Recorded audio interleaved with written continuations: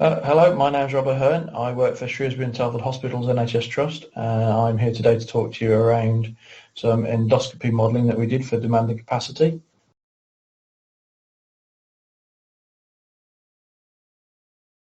Specifically, we were doing the modelling for the phase 3 recovery that was provided or that was requested as part of the post-lockdown restore and recovery plans for the government. So we were tasked with identifying what was going on with our cancer endoscopy specifically and what would be required to actually return it to 100% of its functional service as far as returning the performance levels back up to where they needed to be.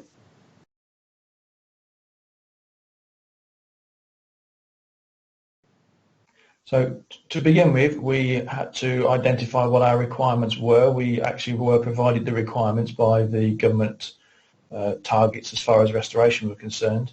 So we sat down and identified what was actually going to be required specifically within our endoscopy areas. Was it possible to get this information? Because we'd never actually done cancer endoscopy modelling in the past. We'd always done endoscopy as a whole service. And once we'd identified that we could actually pull the necessary data, what were the timeframes around actually delivering this? So we had a couple of Teams meetings because that was the platform that was in use at the time with the various admin teams and our informatics team as well as some of the clinicians to actually try and identify how we were going to do this because there was a very, very short time frame on this. We had to deliver these models in a matter of days, which is very unusual for something when you've not actually done it before.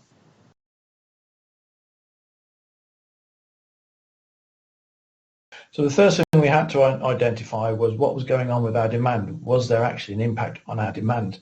So we used the process of looking at our previous year's demand and our pre-COVID, pre-lockdown levels of demand, and we matched that to the time frame where we started to see the impact of the reduction of the work coming in.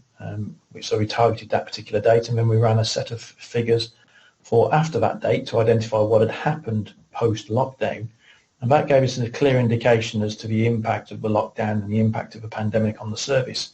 And that also then allowed us to decide how we were going to do our modelling moving forward. So once we'd actually looked at these figures, we did a standardised breakdown for colonoscopies, flexies and OGDs, or gastroscopy, because these were three areas that we were targeting. And we decided that the best thing to do would be a model based on pre-COVID levels, so a business as usual. We would do a model on post-COVID or post-lockdown levels. So we would actually say if there was a continuation of the lockdown and the restrictions of service, and then using the new functionality of the models that have been released, we would develop some recovery models. These recovery models would utilise the figures that we'd produced from our previous two models to give us an idea as to what our forecasting could be for some sort of return and potential for a surge model.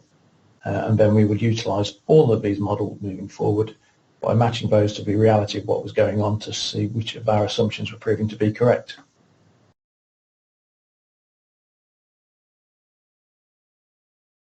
So using the work that we did on identifying what our demand was going to be, we actually built various scenarios for the models, and we started focusing specifically on the restoration model because we needed to identify and plan for the potential for what everyone was classing as the surge of missing patients.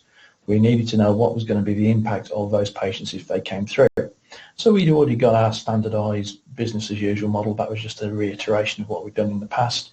Our post-lockdown model was utilising with much lower figures with no return to normal levels, and our restoration model was looking at the fact that we would have some form of restoration. We would potentially see a surge of patients that we were missing out on during this time frame, and then we would actually possibly go past our normal levels of demand and how would we cope with this level of activity. So once we'd got all of those demand scenarios built, we started actually looking at what was going to be the impact as far as what could the service put down for the capacity, what were our requirements, what were going to be the social distancing and various other forms of requirements that the service was going to have moving forward and how that would affect the actual capacity. And with all of that in mind, we then set up a framework to model these figures against our specific DMO1 framework and also our real-time D&C solutions that we developed in-house.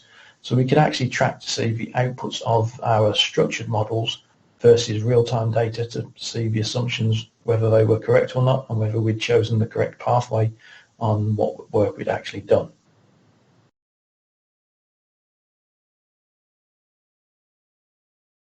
Okay. As far as impact of the work that we actually completed, what we found was that whilst we'd modelled for a surge of patients, that surge never particularly materialised. We weren't seeing all those missing patients coming through, and that was quite useful because it told us a lot of information about further down the pathway and what was happening and what we could actually do in various other models that we were building for across all the services.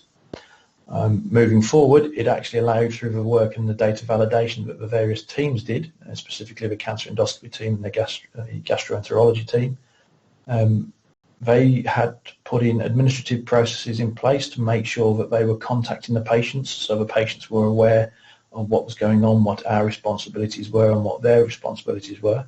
And this was primarily done as a result of the finding out through the modelling that we were having a high number of patients who were starting to refuse treatment or to try to delay their treatment because of their concerns around the impact of COVID on the hospital and whether they were going to be at risk.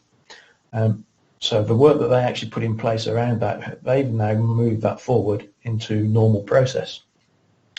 And what's that actually doing is that's reducing the patients who are actually refusing to come in and those people who are trying to delay their treatment because of their concerns around the hospital. So the administrative element of it is actually fed into their normal service, and that's really helping. And as far as the actual models are concerned, we have now returned as cancer services for endoscopy back to passing all the performance requirements for the cancer targets, and we have returned our activity levels not just to 100% of the pre-pandemic levels, but we are actually exceeding our previous levels of work, thankfully through all the hard work of our service, and that's allowing us to clear up any of the potential backlog that was caused by the short-term delays at the initial lockdown phases.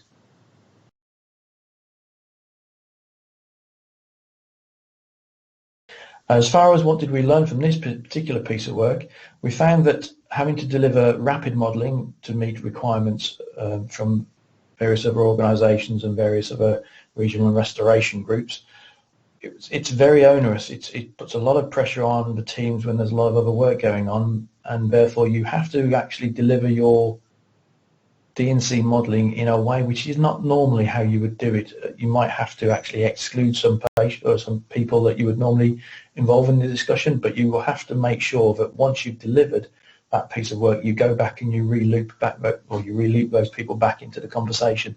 You explain to them what you did, the reasons you did it, what your assumptions were, and you give them the opportunity to actually go through it, because everybody needs to have a say in this, specifically around this particular piece, which was cancer endoscopy. We couldn't really deliver this without involving the clinicians, because obviously the clinicians were the ones doing the work and being able to identify whether they could even put that level of capacity back online. And what we did find is that once we delivered the initial piece of work and then looped them back into the conversation, they were quite receptive to what we'd actually done. They understood the assumptions we'd made and why we'd done these pieces of work, and they were quite engaged with actually moving forward and making sure that this work was continued, which does actually mean that the work we delivered has now been looped back into the normal DNC framework that we run within our trust. So it's just fit into the normal refresh cycle, and linking that in with our DMO1 performance frameworks and the various other real-time tools that we have for DNC modelling and tracking the various parameters that the DNC model use, we are now actually able to be much more receptive and much more adaptive to what we need to do specifically for these cancer endoscopy models, but also across the rest of our range. They have now had their second iteration of a refresh. They are just showing that what we actually put in place is working, and our performance and our activity levels are where they need to be to make sure that our cancer service, our cancer endoscopy service, is doing what it's intended to do and it's performing as well as it possibly can.